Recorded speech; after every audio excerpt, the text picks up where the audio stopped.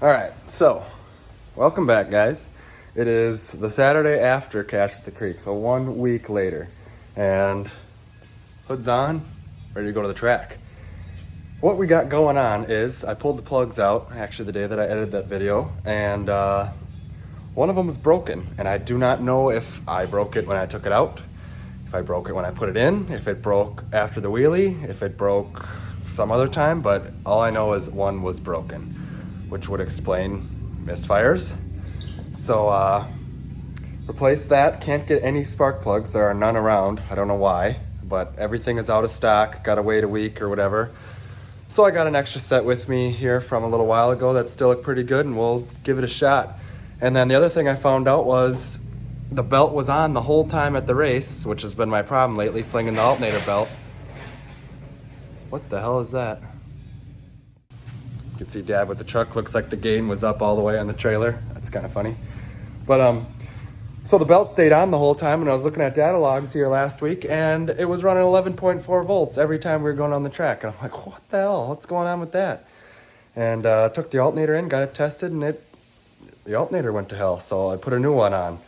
So that should help quite a bit here now. Get some actual dwell back in, because the Holley EFI coil dwell table is based on 13.8 volts, I think, 13.5, something like that. And if you're only running 11, you ain't running even close to commanded ignition dwell. And your spark probably doesn't have the strength because of the lower voltage. It's kind of a multiplying effect issue when you're running a car like this with a lot of other shit running. Your battery goes dead quickly. Got a new CO2 bottle, so we should be good. Gonna load up, head over to Rock Falls. It's nice and cool out. It should be a good day to shoot for a 4. And if nothing else, Justin's bringing his car, and I think he's going to make his first pass ever in it. So that'll be pretty fun. We're looking forward to it. Not really anything else to do today, so we're going to go have some fun at the track. Car should be as ready to go as it ever will be.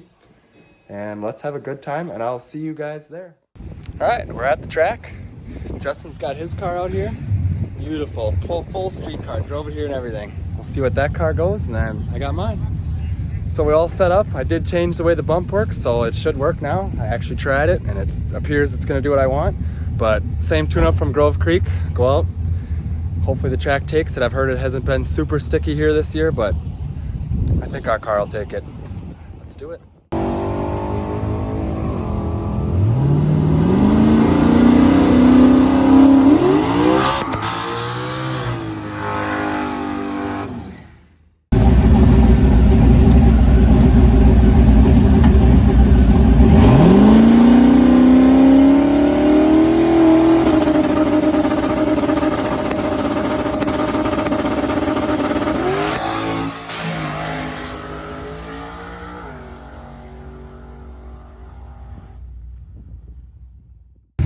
So first pass was good. We went 534. Had like a 6-inch wheelie that I rode to about 70 feet. Had to pedal it out a little bit in there, but I don't know. We'll see what happens. I turned it up off the head. I hope it'll probably try and wheelie. I hope it don't, but we'll find out. I also deleted the alternator belt again. Luckily, Justin, man here, saved it. Goddamn thing. Driving me crazy. I'll have to get the more robust one. The old Motion Raceworks just ain't holding it on anymore, so. But nonetheless, a good pass. Car ran like a top, so hopefully it goes out, don't wheelie it, don't have to pedal it, and we can try to run a number.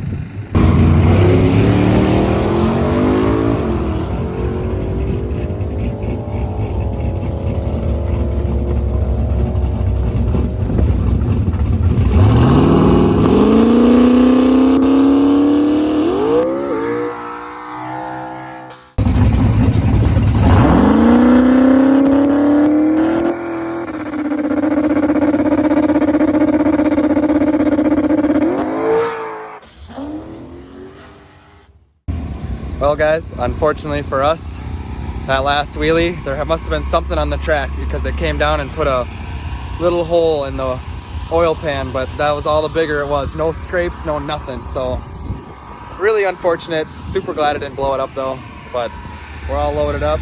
Is Justin coming back? Well, go home, fix her up tomorrow, and we'll be good to go. No big deal. It is what it is. Luckily it didn't wreck nothing else, but it does suck because we were getting somewhere and we were just about to make a little bit of a bar change. Oh well, that's racing. All right, truest street car ever right here. Justin's badass Nova. His first time going down the track with it, so we'll see how she goes. This thing is so clean. He drove it here. She can run like top. Let's do it.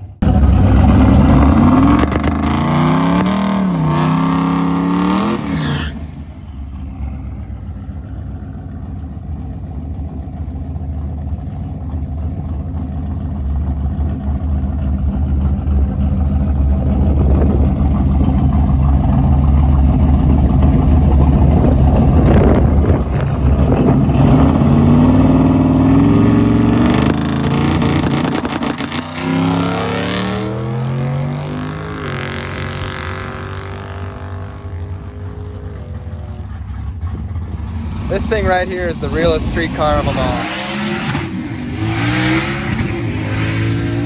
Nice big turbo, super clean under the hood, power steering, air conditioning, heat, the whole 9 yards. All packed into this engine bay. Everything factory clean. You did a fantastic job on this unit, plus it's full interior. Everything all factory. The cleanest unit out of them all. Plus he drove it here and he coasted to an 11.8. So that's badass. I mean, this thing is a fucking awesome car. Let's see what he can do. We turned it up quite a bit because the car only made 12 pounds of boost, so we're gonna go faster.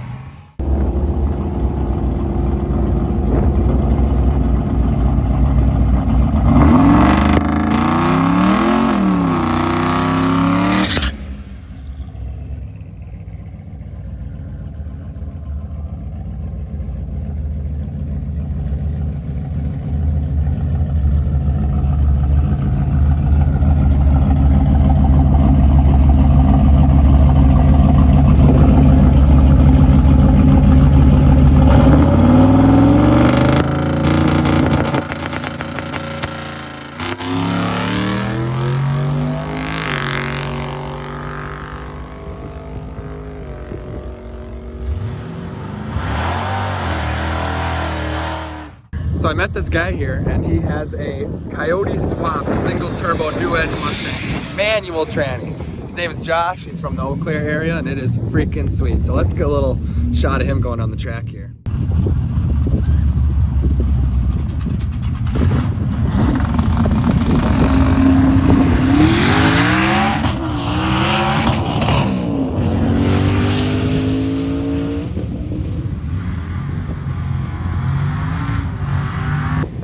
Looks like he missed some shifts in there, but that is a freaking sweet car. I love it.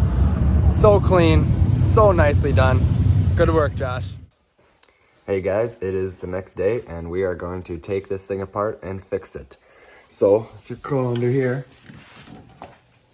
there's our hole. As you can see by the rest of it, no scrapes anywhere. So either a clip from the diaper was hanging there and that's what it hit, or there was something on the racetrack because nothing else is banged. Usually it scrapes right up here on this, and I actually scraped my pipe too.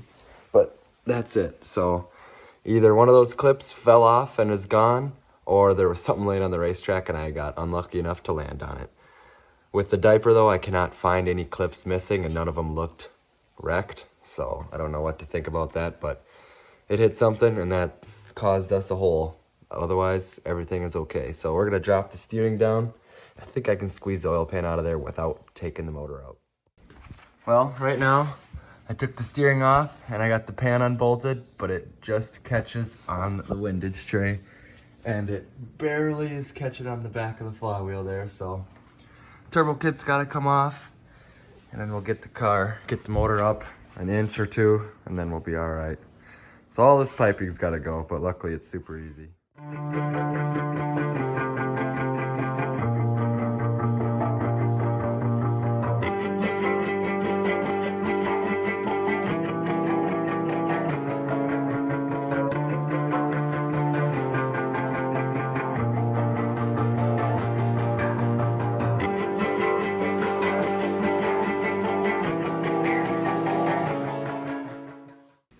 Well, there you go, guys, just like that. Couple minutes. All this is unhooked. this loose here. Don't really need to take them any further off as long as it's disconnected. We'll put a couple clamps, or just use the jack from underneath and loosen up the motor mounts. Raise her on up. So here it is, the engine oil pan. There's a little cover that goes over here that I took off, but it's very hard to see, but the hole is right there, right by the baffle. Let me get my light on here. There you go. Right there. You can see she went right up through, right by the baffle. So unfortunately, I don't think I'm gonna be able to pound it out, but just looking in here at the oil, I mean, you got your little bit of wear and tear, but nothing too major. And we also cut this filter open here. And if you look at that too, a little bit of shit in there, but nothing really all that concerning. So that's always great to see when you're revving the normal engine out to 8,000 RPMs, but looks pretty mint, so we're gonna ship it. No changes, put it back together. All we had to do is take one of the motor mounts off, and really just this one motor mount bolt came out, and we lifted the engine about, well, as you can see there, like half an inch, and the pan fell right off, so hopefully it goes back in easy. Everything under here seems to look okay. All the rods are still there, so that's a plus. And there's the pickup tube, which don't look too bad either, so glad to see it.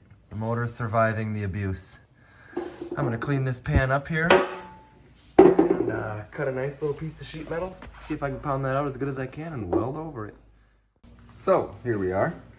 Got her all cleaned up, kind of pounded it out the best I could. Unfortunately, it's right in the baffle, so that's about all the better I can do. But I'm just gonna go in and fill in right up in here a little bit and kind of just get it cleaned up. And then I'll get a plate and I'll weld it all the way around so it's good and not gonna leak on me, because that would suck quite a bit.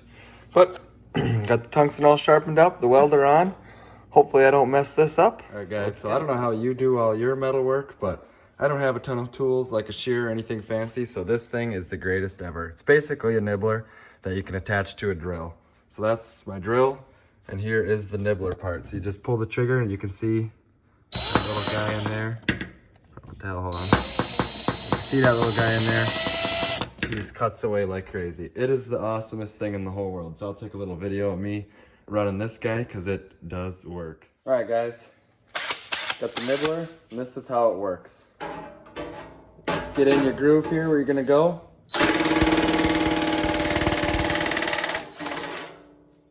Done there, and then, so now I need to switch the handle.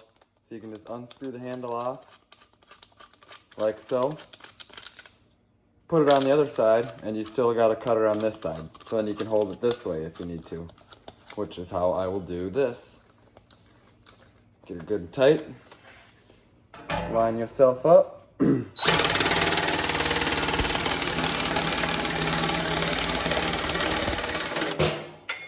Done deal. That thing is the best thing in the whole world. I mean, it leaves a pretty dang clean cut, I would say. Not really too, a little jagged, but nothing too major. And then she just tosses chips like crazy. I mean, it makes these little C looking things like that, and yeah, it's an awesome little tool, just in case you guys need to do any fab work like that. It wasn't very expensive, and it freaking rips, so check that out if you're looking to do something. Here we go. Got the little patch, nothing crazy, nothing too fancy. Just gonna tack it on up, fully weld it. We'll be good to go. Clean this pan up, make sure it all looks good, all clean. Slap her back up in the car.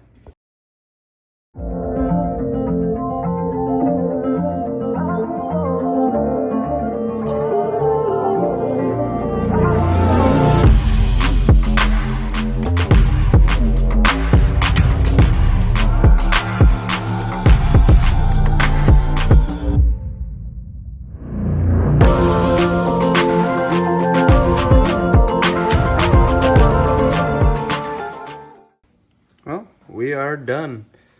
Not the prettiest weld in the world. That piece is kind of thin, and the zinc plate versus non-zinc plate, so it's kind of a pain, but it worked out good. The inside's all clean. You can just kind of see a little bit in there. I did leak test it. It should be good to go. Ready to go back on. Easy fix. Would you looky here. The Motion Raceworks Icon Throttle Body I1 from Cletus McFarland. That's pretty sweet. So let's get this puppy open and look at it. Comes in this pretty sweet box here. Let's open her up and see what it looks like. Oh yeah, some instructions. Oh, straight flange clamp for that, it looks like, which is exactly what I need. Mint unit, some bolts. My sucker, can eat that in a minute. And let's see the goods. Ooh, there she is. Look at that thing. That is awesome. And it's so small. It's so small compared to the other one. Let's go look at this here. I mean, here's the other one. And there's the Icon. So much thinner. So much less stuff there. And without that, and if I use their billet throttle cable attachment, I believe I will be able to fill the hole in the hood. What an awesome unit this is, though. Huge shout out to Motion Raceworks and Cletus McFarland for doing this giveaway. It is so sweet, and this is a badass product here, and I cannot wait to get it on and give it a shot. Yep, you can see that's where the flanges bolt on for your universal connections. Interchangeable is actually what they call it. That is so freaking cool. Can't wait to try it out. Well, we're back at the track. I am back! What it do, baby? It's another kind of spontaneous trip, as I have a wedding this evening, but we figured we'd come out and make a couple and see what happens. Car's ready to go. It's all fixed for the most part, besides the stupid alternator belt, but we don't need that. So we're gonna try to go 4 today. I changed bar angle, and I hope it likes it. And I actually changed dome pressure sensor because I was having some fluctuations in mine. So hopefully everything's gonna drive together today. No wheelies, and we can run a good pass. That's all I'm looking for. If we go 4 right off the trailer, we're going home. So we'll see what happens. So we're gonna go out and have fun and get some information on this thing, that's for sure, and then peel out of here a little early.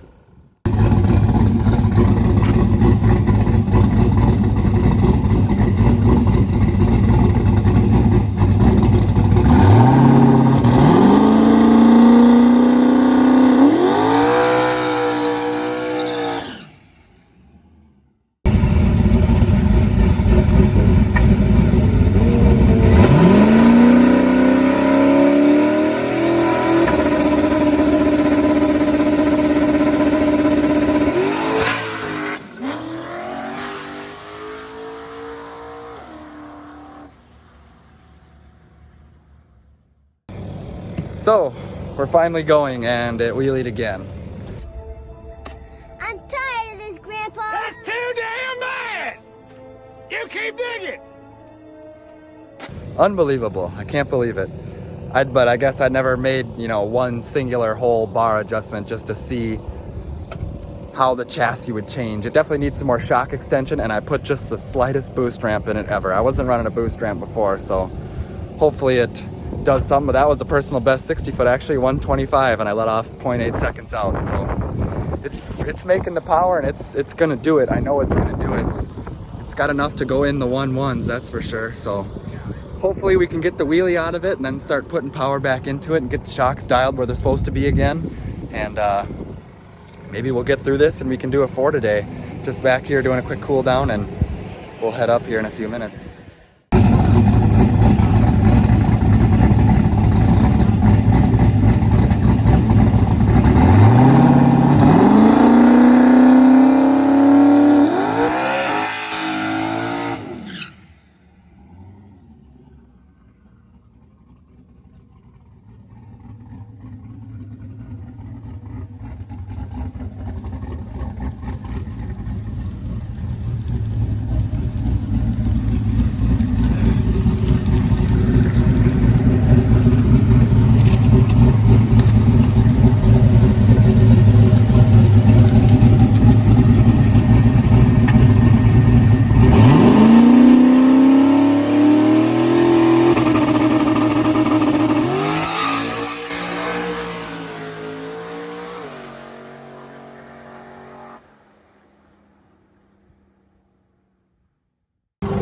Well, it went down a second time. hold on. And ran good. I mean, did everything right. It just, I think with no alternator, it's drawn too much and it just ain't sparking the heat that it's supposed to. It just feels lazy. It sounds lazy, but there's nothing giving me an indication that it should be lazy aside from not having the alternator belt on. So I just purchased a new belt, or a new alternator, and hold on. Bike and a Honda. Fast Honda too. Damn, what's this boy gonna go? 1120 at 130, jeez. All right, but so I just ordered the new alternator mount. It's for a CS 130 alternator, so I'm gonna put a little bigger one on it, and hopefully that solves some of the issues, because it just definitely is not giving the heat of spark that it needs, because it's making 30 pounds of boost. It's running hard, just not. Hold on. Just not making the power it's supposed to. It's just lazy. So I'll do that change, but I'm gonna charge it up here good and see if we can go at it one more time and see what happens. So let's do it.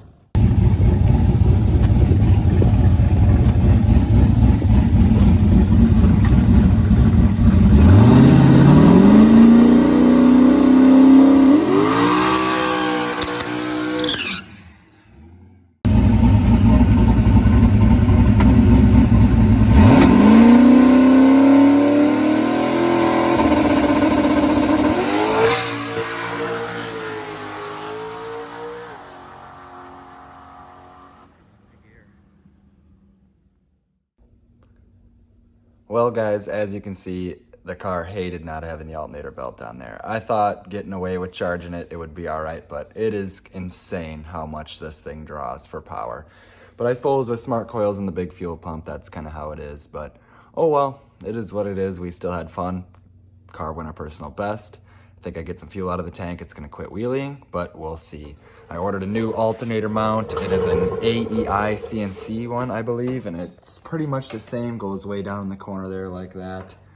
And that should do it. It's much more rigid, and I think it's closer, shorter belt. Hopefully it works. It's kind of expensive, but I've seen other people run them with the same style header, so I think I will be okay. But that's a wrap for this video, guys. I appreciate you watching. Sorry it was so long, but I figured it was just easy to make it into two, since it was basically the same mission both times. Catch you guys next time.